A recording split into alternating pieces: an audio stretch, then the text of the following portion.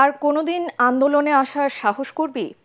15ই জুলাই ঢাকা বিশ্ববিদ্যালয়ের ভিসি চত্বরে নারী শিক্ষার্থীদের উপর ন্যাক্কারজনক হামলা করে এমন হুমকি দিয়েই থামেনি ছাত্রলীগের পেটোয়া বাহিনী। হামলা চালায় ঢাকা মেডিকেলে চিকিৎসা নিতে আসা আহত শিক্ষার্থীদের উপরও। ঢাবি ক্যাম্পাসে ছাত্রলীগের হামলায় আহত হওয়া সঞ্জিদা আহমেদ তন্নির সেই রক্তাক্ত ছবি নাড়িয়ে দেয় জাতির বিবেককে। তিনি বলেন, 5ই আগস্টের পর একটি গোষ্ঠী জুলাইকে কুক্ষিগত করার চেষ্টা করায় গণ অভ্যুত্থানের আকাঙ্ক্ষা পূরণ হয়নি। জুলাইয়ের উত্তাল সেই দিনের কথা আরও একবার মনে করিয়ে দিচ্ছেন মুশফিকুর রহমান। আত্মস্বীকৃত রাজাকার, তার জবাব তারাই দেবে। ধানমন্ডির দলীয় কার্যালয়ে 24-এর 15ই জুলাই আওয়ামী লীগের সাধারণ সম্পাদক ওবায়দুল কাদেরের এমন বক্তব্যের পর বেপরোয়া ছাত্রলীগ হয়ে ওঠে আরও মারমুখী।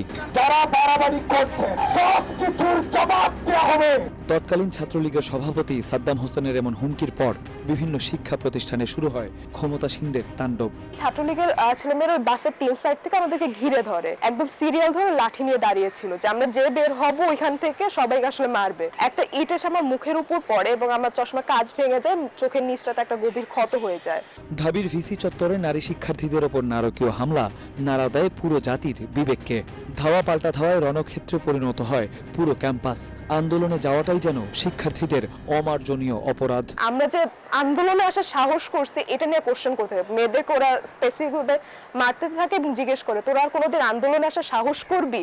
আহত শিক্ষার্থীরা ঢাকা মেডিকেল কলেজে চিকিৎসা নিতে গেলে সেখানেও হামলে পড়ে ছাত্রলীগের সন্ত্রাসীরা। সরকার হিসেবে নিজেদের পাওয়ার প্লে করতে করতে আসলে সাধারণ জনগণের মতামত, তাদের চিন্তা ভাবনাকে গণ্য করা বাদ দেয়। তারা মানুষকে মানুষ হিসেবে ভাবা বাদ দিয়ে দিয়েছিল। 15 তারিখে যে মেয়েদের আক্রমণ করা বা চিকিৎসা নিতে আসা রোগীদেরকে আক্রমণ করা, এটা জাস্ট ওই চিন্তাধারারই প্রতিফলন ছিল। অনেক ত্যাগ তিতিক্ষার পর স্বৈরাচারের বিরুদ্ধে আসে চূড়ান্ত বিজয়। জুলাই যোদ্ধা সঞ্জিদা আহমেদ তন্নি মনে করেন, একটি গোষ্ঠী জুলাইকে নিজেদের বলে দাবি করায় ভেঙেছে ঐক্য, অপূর্ণই রয়ে গেছে গণ অভ্যুত্থানের আকাঙ্ক্ষা। 5 আগস্টের পর থেকে দেখা গেছে স্পেসিফিক একটা মানে জনগোষ্ঠী, তারা হচ্ছে জুলাইটাকে নিজেদের করে দাবি করার যে চেষ্টা করা, সেই চেষ্টার কারণে কিন্তু আসলে আমরা যেই লক্ষণে সবাই এক জায়গা হয়েছিলাম সেই এক জায়গাটা কিন্তু আর এখন নেই।